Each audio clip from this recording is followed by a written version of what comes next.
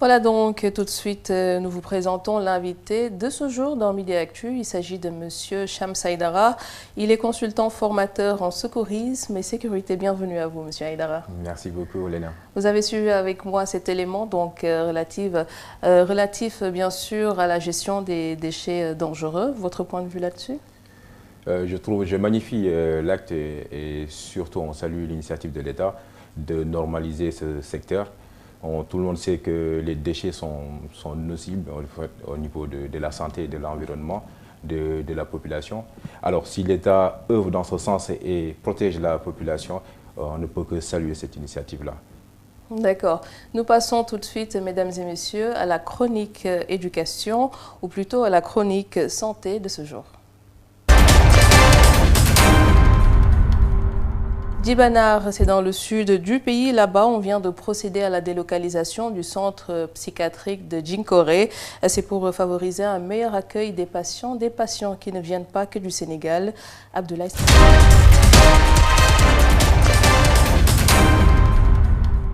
Merci donc à Abdoulaye Sinkar. Monsieur Haïdara, on a vu ce reportage, donc des patients qui seront mieux pris en charge.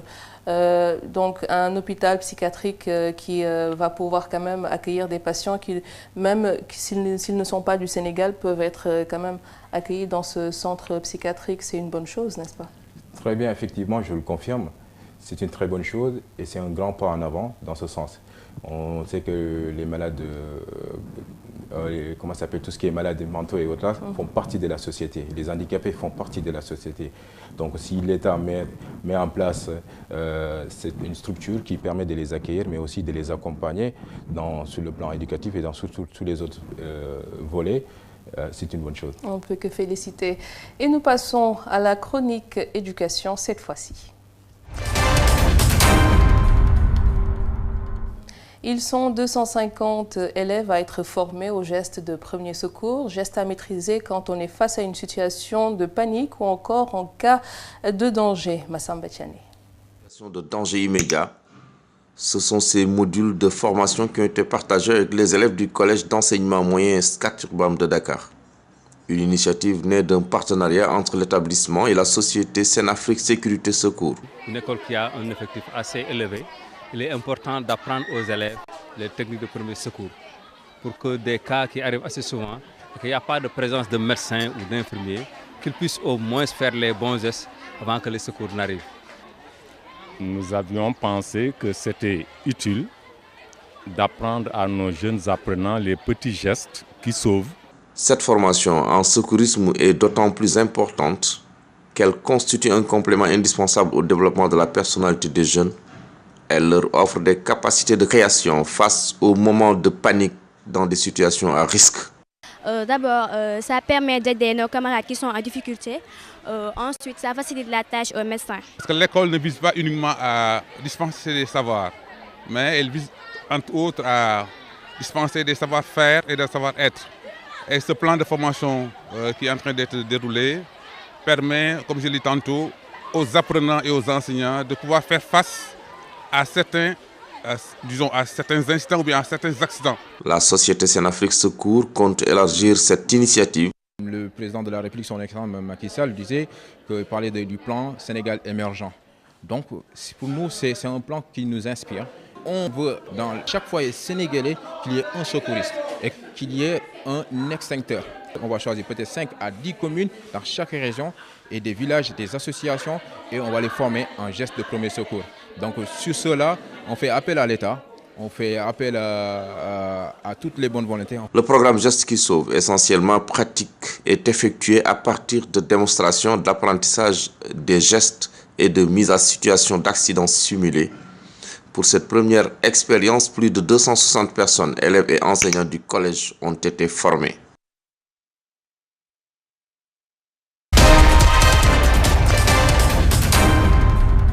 Alors, Monsieur Haïdara, moi j'aimerais d'abord vous féliciter parce que c'est quand même quelque chose d'important de pouvoir se secourir ou secourir les autres en cas de danger ou en cas de panique.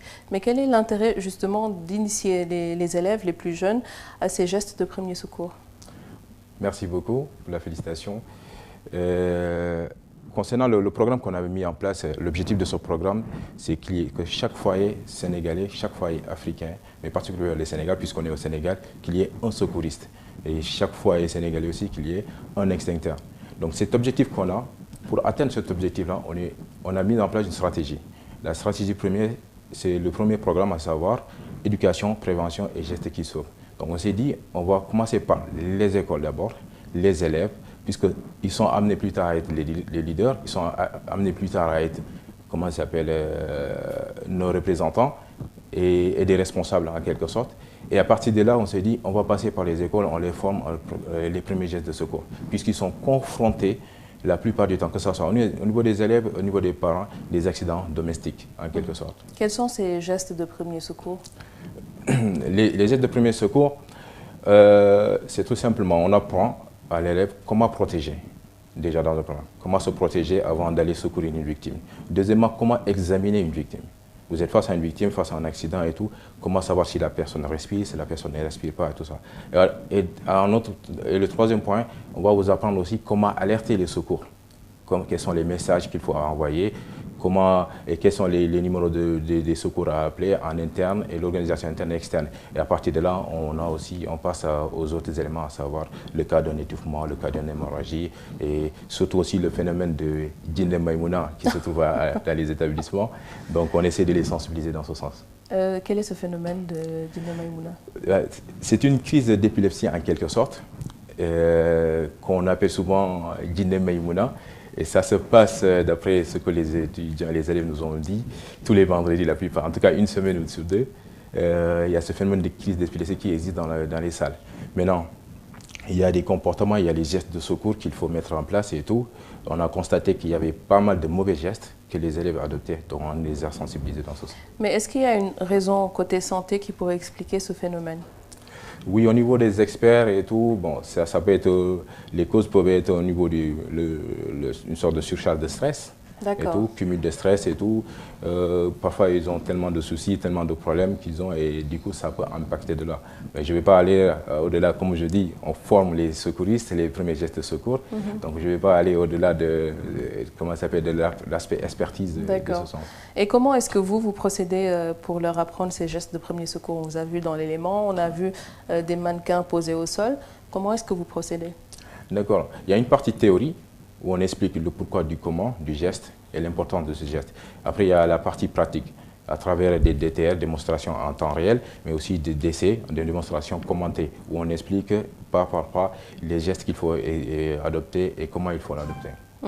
On a vu que ça s'est passé dans une école. Est-ce que c'est les écoles publiques ou les écoles privées qui sont ciblées?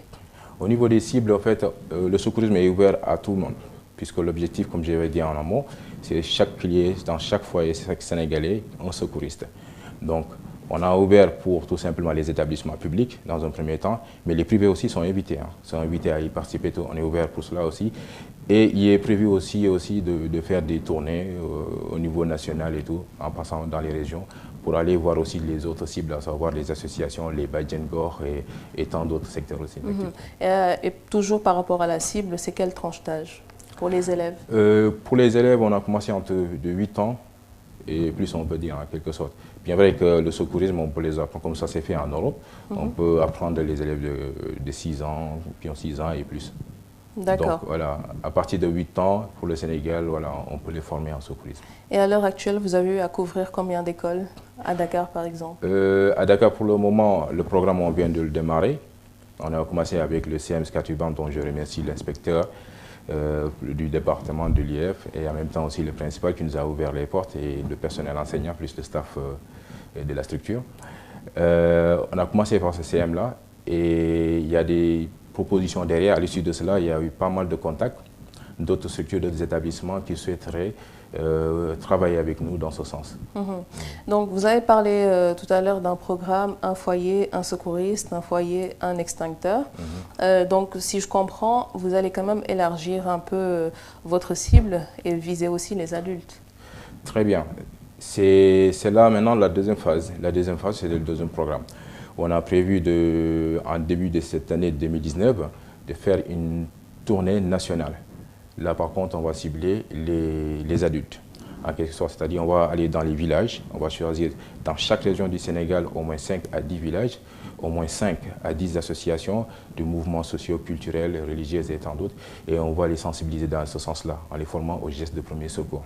Donc les adultes, effectivement, ils en font partie. Et si jamais, je donne un exemple, hein, dans un foyer où il n'y a qu'un seul secouriste et que lui-même est en situation de danger, qu'est-ce qui se passe alors? C'est une très bonne question. Et qu'il ne peut pas se porter secours à lui-même. C'est une très bonne question. Il y a ce qu'on appelle l'objectif à court terme et l'objectif à long terme. L'objectif à court terme, on va former, on va essayer d'atteindre cet objectif-là, au moins que chaque foyer sénégalais qu'il y ait un secouriste. Mais par la suite, maintenant, on va mettre en place une autre structure, c'est-à-dire on va essayer, c'est d'où on fait appel en partenariat avec les communes et les collectivités locales. Dans chaque collectivité locale, on va essayer de former tout simplement des formateurs. Donc eux là, ils auront une mission aussi de former plusieurs personnes et tout. Et selon aussi, j'en profite, hein, selon l'objectif à long terme qu'on a mis en place, où d'ici 1 an, on devrait atteindre à peu près minimum 42 500 élèves formés. Parfait. En une seule année. Donc du coup, au bout de 5 ans, on peut dupliquer cela et on peut atteindre jusqu'à au moins 1 million de personnes touchées. Très bien.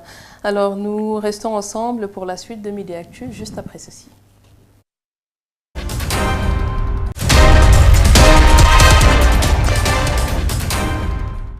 Monsieur Haïdara, un commentaire sur cette situation au Gabon? C'est une situation qui est, j'avoue, qui est déplorable parce que je suis contre la violence. Et je pense qu'en Afrique, surtout là en 2019, la démocratie doit être ancrée en nous, dans le sens où on peut être frustré, on peut ne pas accepter le régime en place et tout. Tout ça, on peut avoir ce droit-là. On peut le manifester aussi, mais pacifiquement, pas au niveau de non à la violence. Et les coups d'État qui existaient depuis des années, normalement, ça doit évoluer, ça doit passer à autre chose. C'est une situation où, qui est inacceptable, en tout cas, en quelque sorte. Et pour moi, là, actuellement, tout ce que les Gabonais doivent faire, en quelque sorte, c'est tout simplement s'unifier et se vouer dans la démocratie. Se concerter, se tout à fait. Donc, Monsieur Haïdara, vous étiez l'invité aujourd'hui dans Midi Actu. Juste pour terminer, est-ce que vous êtes visible sur les réseaux sociaux? Oui, bien sûr, on est sur tous les réseaux sociaux, que ce soit Facebook, on a même une chaîne YouTube où on essaye de parler de nos rubriques et de notre programme. D'accord. Est-ce que vous envisagez aussi des entreprises, peut-être la RTS hein, bien sûr. Pour des cours? Bien sûr, il n'y a pas de souci. On est ouvert à tout le monde et tout. Comme je vous ai dit, l'objectif, c'est que chaque foyer sénégalais, qu'il y ait un secouriste. Parfait. Donc, on est ouvert à tout le monde. D'accord. Ici, en tout cas, nous avons aussi un pompier. Je vous nommer Sabassi. Mesdames et messieurs, c'est la fin de Midi Actu. Merci à toute l'équipe technique. Nous étions aujourd'hui en compagnie de Monsieur Shams Haïdara. Nous vous donnons rendez-vous demain à partir de 12 h sur cette même chaîne, la RTS2. On se quitte avec la météo du jour. Au revoir.